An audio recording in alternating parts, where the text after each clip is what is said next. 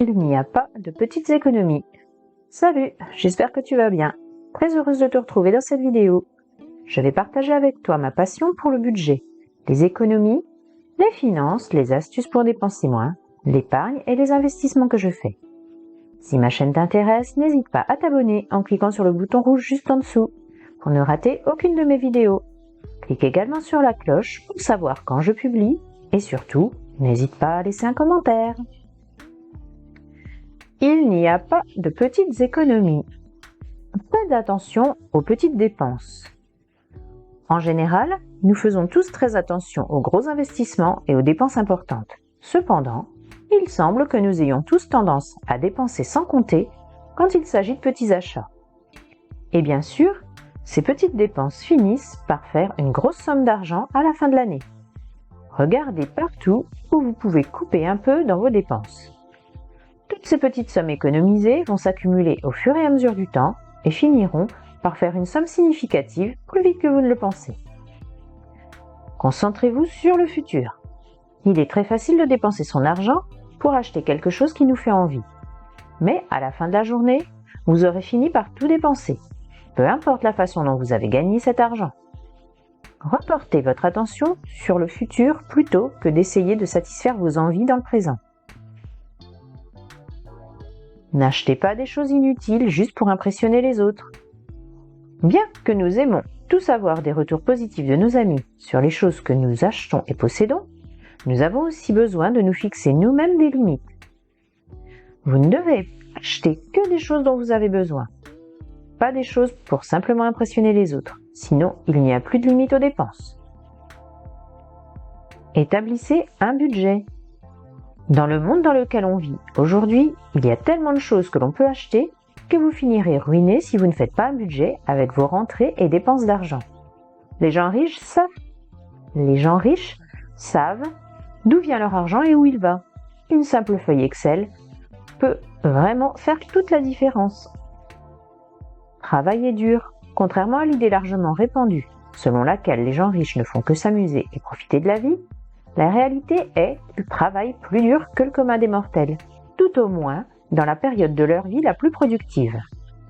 Donc, essayez d'augmenter vos revenus et quand ils augmentent, mettez-en bien plus de côté qu'auparavant.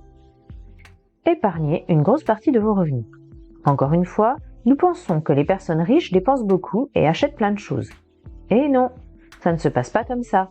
Et c'est pour ça qu'ils restent riches. Ils essayent toujours d'économiser une partie de leurs revenus.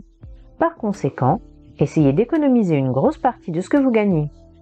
Cette démarche vous assurera de ne jamais arriver à court d'argent, même pendant les périodes difficiles.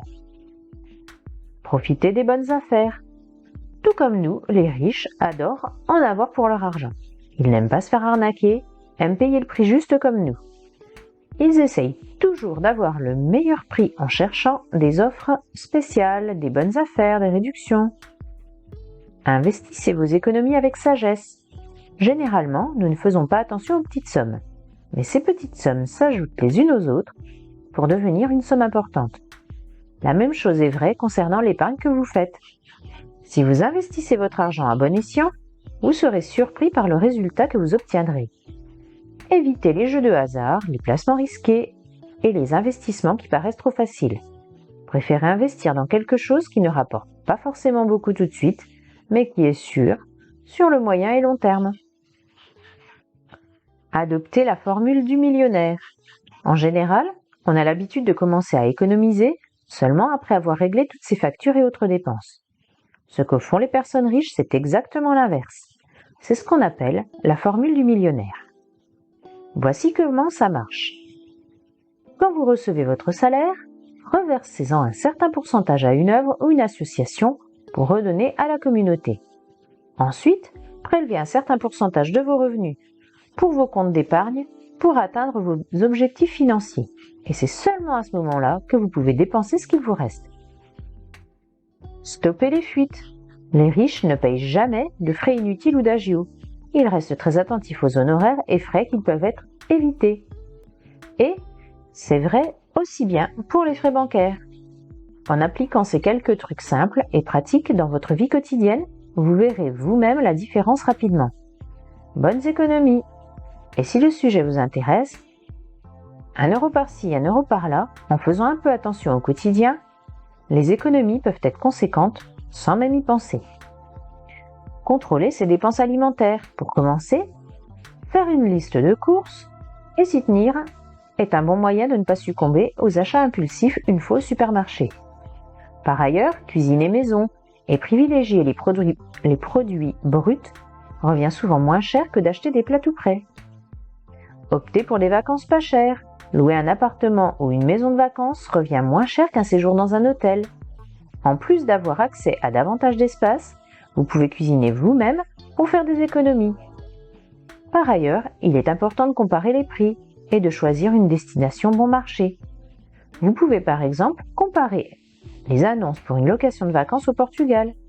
Les prix sont intéressants, le soleil est garanti en Algarve comme dans la région de Lisbonne. Débranchez les appareils électriques. Même sans téléphone au bout du fil, un chargeur branché consomme de l'énergie et donc de l'argent. De manière générale, débrancher ou couper les appareils électriques au lieu de les mettre en veille permet d'éviter la consommation passive. Éteindre les lumières. Prendre l'habitude d'éteindre les lumières en quittant une pièce est un réflexe qui vous fera gagner quelques euros. Pensez aussi à installer des ampoules basse consommation ou à LED lorsque c'est possible. Bien sûr, n'hésitez pas à faire jouer la concurrence pour diminuer votre facture d'électricité. Pour y voir plus clair, certains comparateurs d'énergie vous permettront de trouver le meilleur prix. Ne pas négliger la qualité. Que ce soit dans la mode ou dans d'autres domaines, la qualité est certes souvent synonyme de prix plus élevé, mais aussi de durabilité et donc d'économie. Comparez les abonnements énergétiques. En faisant un point sur vos différents contrats et en comparant les tarifs de plusieurs fournisseurs d'électricité et de gaz, il est possible de gagner quelques dizaines d'euros par mois. Baisser la température. Mettre un bon pull et régler le thermostat de son radiateur de 1 ou 2 degrés de moins est l'assurance d'économiser une bonne centaine d'euros par année. Pour le chauffage électrique, on n'hésite pas à s'équiper de radiateurs plus performants, moins gourmands en énergie. Utilisez le mode économique pour le lave-vaisselle comme le lave-linge. Le programme économique est souvent suffisant. Il consommera moins d'eau et moins d'électricité. Ne pas laisser couler l'eau. Couper l'eau pendant que l'on se savonne sous la douche ou que l'on se lave les dents. Diminuer la pression des robinets. Autant de gestes qui permettent de faire des économies d'eau et qui sont bons pour la planète. Louer ou acheter d'occasion. Pour les objets dont on n'a pas une utilité régulière, appareils de bricolage, voitures, la location peut être un bon moyen de ne pas investir plein pot. Autre astuce, acheter en seconde main. Électroménager, mobilier, vêtements ou véhicules se trouvent facilement en ligne ou dans les brocantes à prix très compétitifs. En ai-je vraiment besoin ? De manière générale, en vous posant cette question à chaque achat, vous vous éviterez quelques acquisitions inutiles ou superflues. Voilà, c'est la fin de cette vidéo. Merci de m'avoir écouté. Et n'oublie pas de t'abonner, on se retrouve très bientôt. À tout bientôt!